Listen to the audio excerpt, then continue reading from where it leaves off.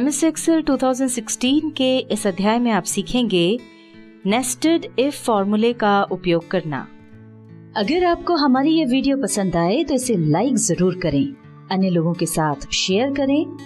हमारी नई वीडियोस की जानकारी आपको मिलती रहे, इसके लिए हमारे चैनल को सब्सक्राइब करके उसके पास जो बेल आइकन है उस पर क्लिक करें। इफ फॉर्मूला एक्सेल के बहुत से यूजफुल फॉर्मूलों में से एक है। इफ फॉर्मूला हमारे द्वारा दी गई एक कंडीशन को टेस्ट करता है और जब ये कंडीशन पूरी होती है तो ये हमारे द्वारा बताए गए दो रिजल्ट्स में से पहला रिजल्ट हमको दिखाता है, और यदि कंडीशन पूरी नहीं होती है तो फिर ये फॉर्मूला दूसरा रिजल्ट दिखाता है। आसान भाषा में कहा जाए तो इफ फॉर्मूला लगाने पर हमें दो में से एक रिजल्ट मिल सकता है। अगर हमारी तुलना सही है तो पहला रिजल्ट मिलेगा, नहीं तो दूसरा रिजल्ट मिलेगा। यदि आप ज्ञानिया के द्वारा बनाई गई वर्ड, एक्सेल, पावरपॉइंट, टैली इत्यादि की वीडियोस देखना चाहते हैं तो उनकी प्लेलिस्ट की लिंक आपको इस वीडियो के नीचे डिस्क्रिप्शन में मिल जाएगी। आज हम आपको नेस्टेड इफ फॉर्मूले के बारे में बता रहे हैं। वैसे तो एक्सेल में नेस्टेड इफ नाम से कोई फॉर्मूला नहीं होता, पर जब हम एक इफ फॉर्मूले के अंदर दूसरे इफ फॉर्मूलों का उपयोग करते हैं तो उसे नेस्टेड इफ कहा जाता है। चूंकि इफ फॉर्मूला केवल एक ही कंडीशन चेक करता है, इसलिए जब हम एक से ज्यादा कंडीशंस चेक करना चाहते हैं तो हम नेस्टेड इफ का उपयोग करते हैं। चलिए आगे बढ़ते हैं और आपको नेस्टेड इफ का उदाहरण देकर के समझा देते हैं। पर उससे पहले हम देख लेते हैं कि इफ फॉर्मूला किस तरह से काम करता है। यहाँ पर हमने 10th क्लास के लिए परसेंटेज लिस्ट बनाई है। इस लिस्ट में 60 स्टूडेंट्स के नाम हैं और उन्हें जो परसेंटेज मिले हैं वो यहाँ पर लिखे हुए हैं। अब हमें परसेंटेज के आधार पर स्टूडेंट्स को रिमार्क्स देना है। यहाँ पर पास में ही आप एक और टेबल देख सकते हैं जिसमें परसेंटेज डिस्ट्रीब्यूशन है। यदि परसेंटेज 95 से 100 के बीच में है तो रिमार्क में हमें स्टूडेंट को एक्सेलेंट देना है। यदि परसेंटेज 85 से 94 के बीच में है तो हमें वेरी गुड ये रिमार्क देना है।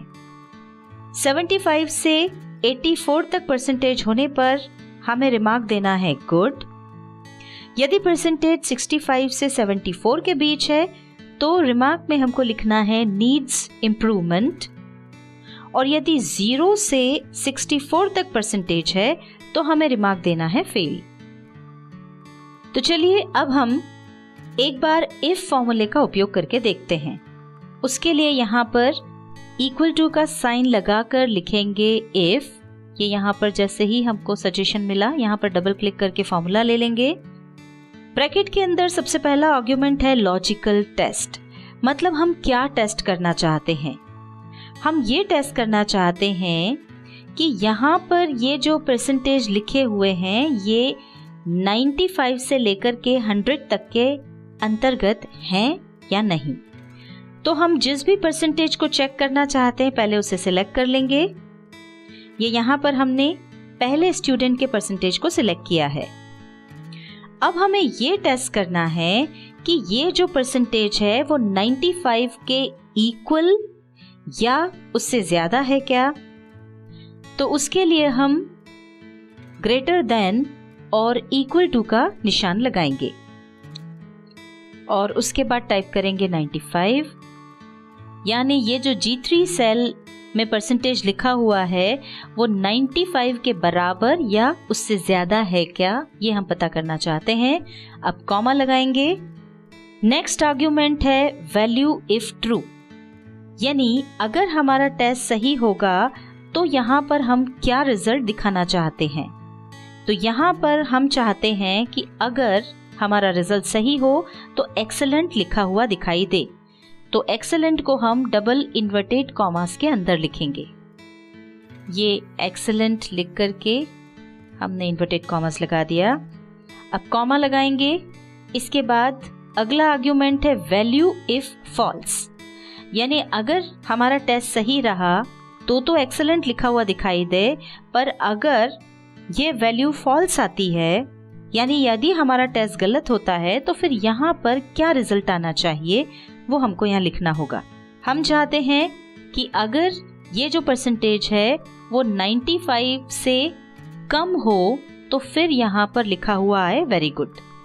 तो उसके लिए वापस हम इन्वर्टेड कॉमास लगाएंगे और उसमें लिख देंगे वेरी गुड।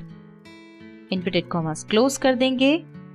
तो यहाँ पर अभी फॉर्मूले में हमने क्या किया है एक बार आपको फिर शॉर्ट में बता देते हैं। इफ फॉर्मूले का ब्रैकेट ओपन करने के बाद हमने चेक किया कि हमारे द्वारा सिलेक्टेड जो परसेंटेज है वो यदि 95 से बड़ा हो या उसके बराबर हो तो रिमार्क्स में हमें मिले एक्सीलेंट, और अगर ये जो परसेंटेज है वो 95 के बराबर या उससे बड़ा ना हो तो फिर हमें रिमार्क्स मिले वेरी गुड। अब हम ब्रैकेट क्लोज करके एंटर प्रेस करेंगे। ये देखिए यहाँ पर हमको रिमार्क मिला है एक्सीलेंट।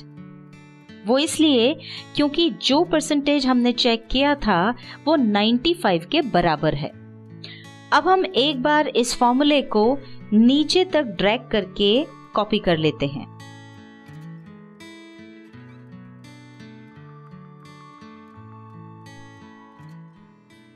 ये देखिए यहाँ पर नीचे वाले परसेंटेज के भी रिमार्क्स दिखाई पड़ रहे हैं।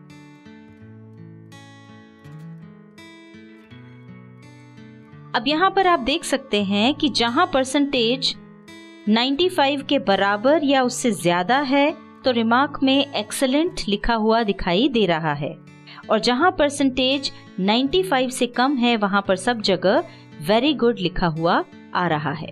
पर इफ फॉर्मूले के साथ एक ड्रॉबैक ये है कि ये केवल एक कंडीशन ही चेक करता है, पर यहाँ पर हमारे पास एक से ज्यादा कंडीशंस हैं। तो ऐसी स्थिति में हम नेस्टेड इफ फॉर्मूले का उपयोग करेंगे।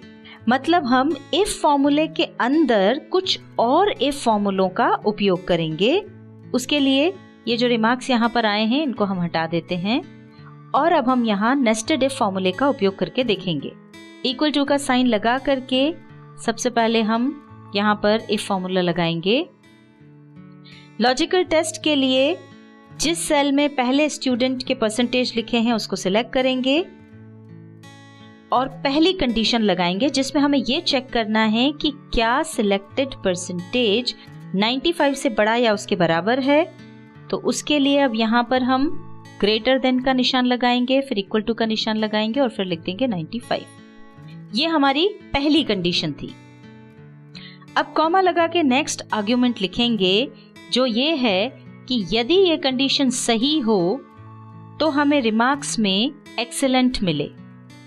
तो हमने इन्वर्टेड कॉमास के अंदर एक्सीलेंट लिख दिया है, और यदि सिलेक्टेड परसेंटेज 95 से बड़ा या उसके बराबर नहीं है तो हम उसके लिए एक और कंडीशन लगाएंगे। उसके लिए हम फिर से कॉमा लगा करके एक बार फिर इफ फॉर्मूले का उपयोग करेंगे। टाइप करेंगे इफ। ये देखिए यहाँ पर ये सजेशंस मिल रहे हैं, डबल क्लिक करके ये फॉर्मूला ले लेंगे। अब दूसरी कंडीशन में हम ये चेक करना चाहते हैं कि जो सिलेक्टेड परसेंटेज है वो 85 से बड़ा या उसके बराबर है कि नहीं। तो हम ब्रैकेट के अंदर लॉजिकल टेस्ट में हम वापस से ये परसेंटेज वाला सेल सिलेक्ट करेंगे और उसके बाद ग्रेटर देन और इक्वल टू का साइन लगा करके लिखेंगे 85। कॉमा लगाने के बाद हमको लिखना है कि इस कंडीशन के सही होने पर क्या रिजल्ट मिले। हम चाहते हैं कि अगर परसेंटेज 85 के बराबर या उससे ज्यादा हो तो वेरी गुड लिखा हुआ दिखाई दे। इसके लिए यहाँ हम इन्वर्टेड कॉमास के अंदर टाइप कर देंगे very good. Inverted commas close करेंगे। अब मान लीजिए ऐसा नहीं होता है, यानी स्टूडेंट के मार्क्स यदि 85 से भी कम हैं, तो उस स्थिति में हम एक और कंडीशन लगाएंगे। उसके लिए कॉमा लगा के एक और इफ फॉर्मूला हम लगाएंगे। तो ये हमने टाइप किया इफ, यहाँ डबल क्लिक करके फॉर्मूला ले लिया, वापस हमको लॉजिकल टेस्ट के लिए इस सेल को सिलेक्ट करना होगा।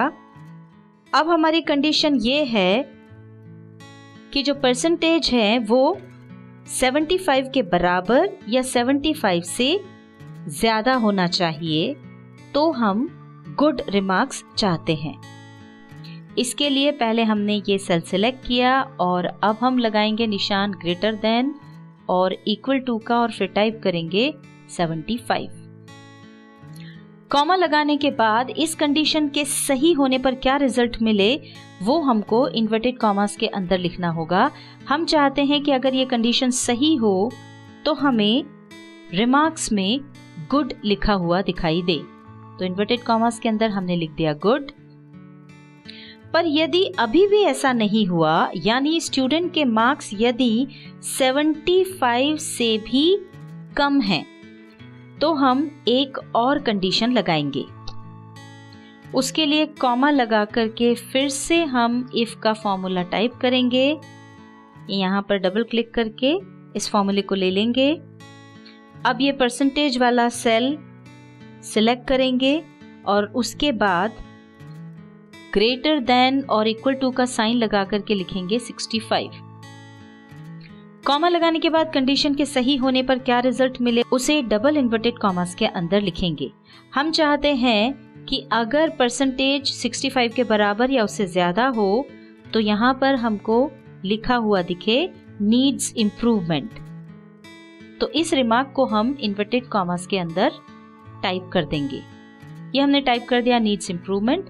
अब इन्वर्टेड कॉमास क्लोज करेंगे और अगर ये सब कंडीशन सही ना हो तो आखिरी बचा हुआ रिजल्ट दिखे जो है फेल, यानी 65 से भी कम मार्क्स अगर हो तो फेल लिखा हुआ दिखे रिमार्क्स में। उसके लिए वापस हम एक बार यहाँ पर कॉमा लगाएंगे और फिर डबल इन्वर्टेड कॉमास में लिख देंगे फेल। ये इन्वर्टेड कॉमास क्लोज किए। अब एक बार आपको शॉर्ट में हम बता देते हैं कि इस फॉर्मूले के अंदर हमने क्या क्या कंडीशंस लगाई हैं। सबसे पहले हमने ये चेक किया कि सिलेक्टेड परसेंटेज अगर 95 से बड़ा या फिर उसके बराबर हो तो हमें रिमार्क्स में एक्सीलेंट लिखा हुआ दिखे। ऐसा नहीं होने पर हमने अपनी दूसरी कंडीशन लगाई कि सिलेक्टेड परसेंटेज अगर 85 से बड़ा या उसके बराबर हो तो रिमार्क्स में वेरी गुड लिखा हुआ दिखे, जिससे ये होगा कि यदि सिलेक्टेड परसेंटेज 85 के बराबर या उससे बड़ा है तथा 95 से छोटा है तो रिमार्क्स में वेरी गुड लिखा हुआ दिखे। ऐसे ही हमने बाकी परसेंटेज के लिए भी कंडीशंस यहाँ पर लगा दी हैं। अब चूंकि यहाँ पर हमने 4 इफ फॉर्मूलों का उपयोग किया है तो यहाँ अब हमको 4 ब्रैकेट क्लोज करना होंगे। अब एंटर प्रेस करेंगे। ये देखिए यहाँ पर परसेंटेज के अनुसार रिमार्क आ गया है। अब सेल के आखिर में माउस रख करके डबल क्लिक करेंगे जिससे ये फॉर्मूला नीचे तक अपने आप कॉपी हो जाएगा। ये देखिए, ये आप देख सकते हैं कि नीचे की सेल तक ये फॉर्मूला कॉपी हो गया है और सभी स्टूडेंट्स को उनके परसेंटेज के हिसाब से रिमार्क्स मिल गए हैं।